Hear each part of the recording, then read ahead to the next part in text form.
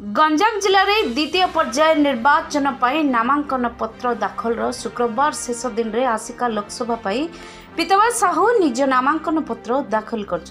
सनातन संस्कृति रक्षा राजनैतिक दल पक्षर से प्रार्थी हुई एक शोभा यात्रा छत्रपुर स्थित गंजाम जिलापाल कार्यालय में पहुंची सेठारे से रिटर्निंग ऑफिसर तथा गंजाम जिलापाल दिव्य ज्योति परिड़ा निकट में निज नामांकन पत्र दाखल कर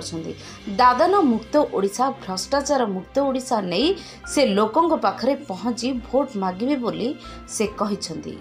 मोर परिचय होची मोर नाम होची पीतवास साहू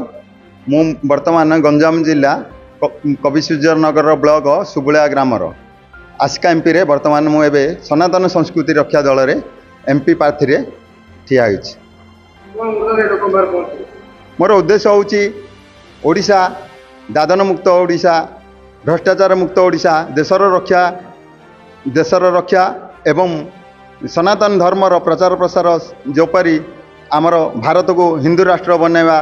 गोहत्या बंद करवा गोमाता को राष्ट्रीय पशु घोषणा करवा एवं श्रीमद् भगवत गीता को हर स्कूल कॉलेज रे पढ़ाइबा एवं श्रीमद् भगवत गीता को आमे राष्ट्रीय पुस्तक रूप में घोषणा करवा एवं आम देश भितर जो हिंदू साधु सन्त उपर अन्याय अत्याचार होची तापाई मध्य कानून न्याय केमती मिलिबो हिंदू साधु सन्त को एवं जो दुर्नीति भ्रष्टाचार चली खଣି माफिया एटी मद माफिया देश को लुटिकी खाईदे से दुर्नीति भ्रष्टाचार सबू करेक्शन रे चली नांचरे चली तेणुक मु राजसत्ता को आसुची। ब्यूरो रिपोर्ट दिग्दर्शन न्यूज। एमिति नुआ नुआ खबर जानिबा पई आम चैनल को लाइक शेयर सब्सक्राइब करी बेल आइकन को दबाई दियंतु।